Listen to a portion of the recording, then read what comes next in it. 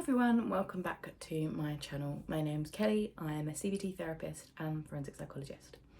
But today I want to share something a little bit more personal. So it's my journey with dyslexia and what it was like for me being diagnosed when I was 29. So I know a lot of people think that dyslexia is something that is always picked up during school years. I am proof that this is not the case, and I'm sure many of you who have dyslexia may have not been diagnosed when you were in your school years. So I want to just talk about my experience, and this is something I suppose that I've shied away from talking about because I didn't really know how to. So this is a start, and if you want to hear more about, I suppose, my neurodiverse journey, then please let me know in the comments. But I just wanted to share this from my perspective. And thinking about how it's obviously impacted upon my education, my career as a psychologist, and maybe some of the little things that I've actually learned along the way about myself. So looking back, arguably there was always signs. In school, I always had to work twice as hard to keep up with what was going on, whether that was the reading or writing. And sometimes I remember kind of looking at pages and it was just like the words were just swimming. I struggled with reading out loud or spelling, and I used to make the same mistakes over and over again, and I used to get so frustrated with myself, and I didn't know what was going on. So I kind of really pushed myself to really work hard, potentially harder than other people, to actually, I suppose, get by. But it really wasn't something until when I was 29, kind of thinking back to school, that even though I did excel, particularly at primary school, I did really well. At secondary school, I found it a little bit harder, but the subjects I was interested in, I was pretty good at, even though it feels, actually saying that out loud. And self-doubt is obviously something that has gone on throughout my life. But I pushed myself harder, I worked longer hours, and I just made it work. I obviously made all of these adaptations and these workarounds. And as I moved through university and then into post-grad studies, the same challenges followed me. Even though I had my workarounds, I kept making the same mistakes. I couldn't retain certain things in my brain. If I wasn't interested, I would kind of distract myself with something else. And as I have now found out later, there's another part of neurodiversity that has entered my life, and I'm going to share another video on that. I'm sure you can maybe guess where I'm going. But I felt like I would spend double the amount of time on assignments. Sometimes my friends would be out and about and I would still be trying to get it done, proofreading, triple checking, quadruple checking, whatever's more than quadruple. And sometimes when I was reading things, it felt like I was just climbing this never-ending mountain. It didn't stop me, and I continued to do it, but it just made me think that it was just something that was going on. And because I suppose I love learning, I love the subjects that I was doing, and I was determined to succeed, even if it took me longer. That was my norm.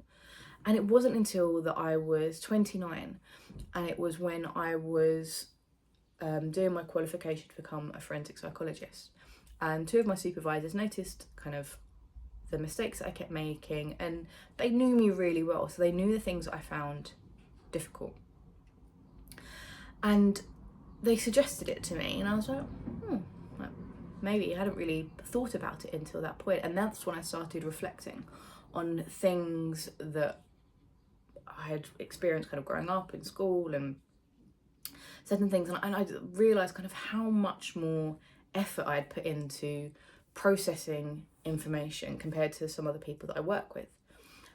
But it wasn't that it was difficulty processing, because I could read pretty quick, but things weren't sticking. And it was just generally more difficult for me to filter through information and retain it in the same way as when I spoke to other people, how they did.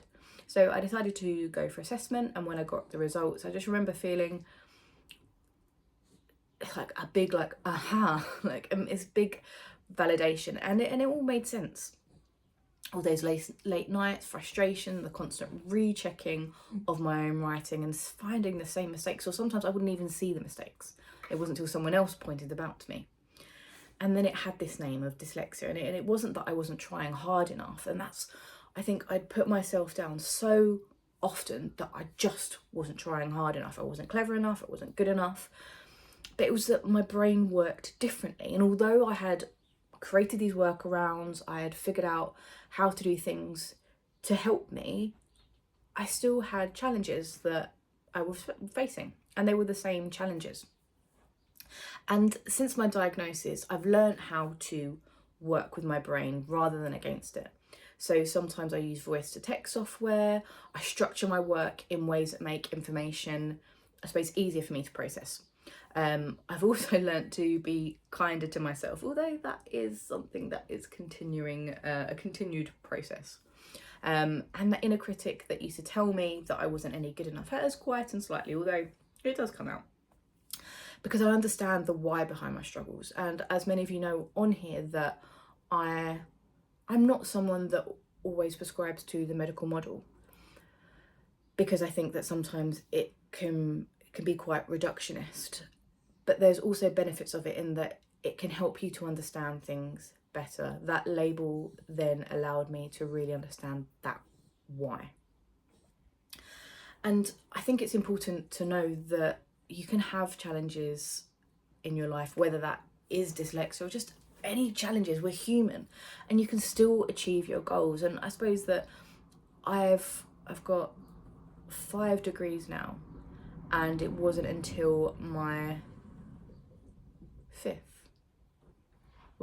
5th degree that I found out I had dyslexia. So if you are watching this and you've been struggling with whatever the challenges, because dyslexia can be so different for so many different people, and if you are struggling or you find yourself working twice as hard just to keep up, I just want you to know that there is support out there, and it's never too late to understand your mind better. And if my story does resonate with you, then feel free to drop me a comment and share your own experience if you feel comfortable sharing them, of course. But thank you for listening. Obviously this felt a little bit different to other videos that I've done, but I wanted to share because I have spoken to obviously my friends, but I've also shared it with some clients where it's appropriate. And having that shared sense of understanding that, as I said, neurodiversity comes in many different shapes and sizes, but sometimes knowing that you can connect with someone and their brain kind of maybe works on a similar wavelength to you, there's some solace in that, I suppose. As always, thank you so much for watching. Don't forget to like and subscribe, and I will see you in the next video. Take care.